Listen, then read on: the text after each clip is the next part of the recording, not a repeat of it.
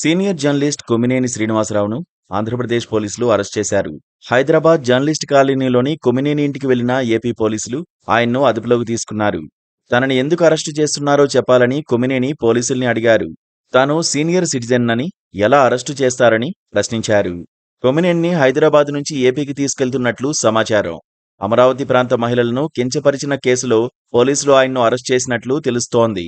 కొమ్మినేని శ్రీనివాసరావుపై గుంటూరు జిల్లా తుళ్లూరు పోలీస్ స్టేషన్లో కేసు నమోదైనట్లు సమాచారం.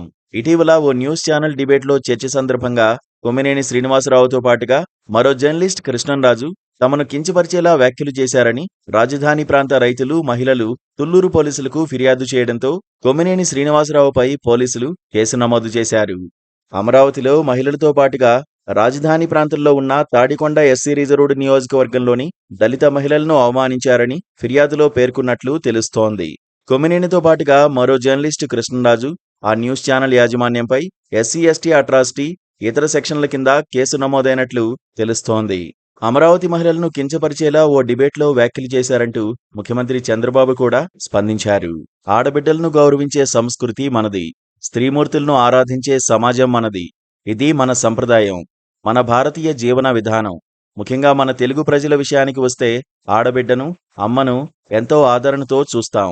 అలాంటి మన రాష్ట్రంలో రాజకీయ కక్షతో, మీడియా విశ్లేషణల పేరుతో నిస్సిగ్గుగా ఏకంగా మన తల్లులు, చెల్లెళ్లపై దారుణ వ్యాఖ్యలు చేయడం క్షమించరాని నేరం. వాళ్లు ఎప్పుడూ అనుసరించే ఈ విష సంస్కృతిపై తిరుగుబాటుగా గత ఎన్నికల్లో ప్రజలు తీర్పు ఇచ్చినా వారి వైఖరిలో మార్పు రాలేదనేది సుస్పష్టం. రాజధాని గురించి, ఆ ప్రాంత మహిళల వ్యక్తిత్వాలను అవమానించేలా వేశ్యలు అంటూ చేసిన దారుణ వ్యాఖ్యలను ఉపేక్షించే ప్రసక్తే లేదు. రాజకీయ, మీడియా ముసుగులో జరుగుతున్న ఇటువంటి వికృత పోకడలను తీవ్రంగా ఖండిస్తున్నానన్నారు. తన సొంత మీడియా ఛానల్ ద్వారా జరిగిన ఈ దారుణాన్ని ఒక మాజీ ముఖ్యమంత్రిగా ఉన్న వ్యక్తి ఇప్పటికీ ఖండించకపోవడం, స్త్రీ జాతికి క్షమాపణ చెప్పకపోవడం మరింత విచారకరం. రాజధానిపై విషం చిమ్మే కుట్రలో గట్టు దాటి మహిళల మనోభావాలను గాయపరిచిన వారిపై అత్యంత కఠిన చర్యలు తీసుకుంటాం. గత విధ్వంస ప్రభుత్వంపై రాజధాని మహిళల పోరాటాన్ని మనసులో పెట్టుకుని ఆ ప్రాంత మహిళలపై ఉద్దేశపూర్వకంగా నీచాతి నీచంగా చేసిన ఈ వ్యాఖ్యలు మొత్తం మహిళా సమాజాన్నే అవమానించడం.